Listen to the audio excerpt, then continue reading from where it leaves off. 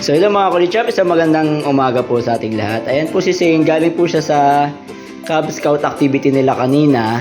At may ginawa silang activity doon sa Made of Clay. So ngayon, pinagpapatuloy niya yung activity. So tanong natin kay Shane kung ano yung mga nagawa niya. Say hello ka muna.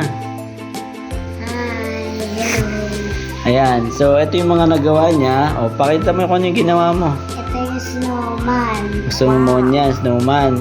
Tapos, Caterpillar at dahon. caterpillar at dahon. Tingnan natin muna. Ito lang Yung ang caterpillar basta. niya at dahon. Ayan yung snowman niya. Ano yung itim na itim? Ano yun? Itim. Mata niya yun. Mata niya yun. Okay. Tapos, Ito lang yung basta. Di ko lang alam. Hindi mo alam kung ano yan. Ito lang ang bubuyog. bubuyog. Si ano yan? Bumblebee. Okay. So, yun yung gawa niya.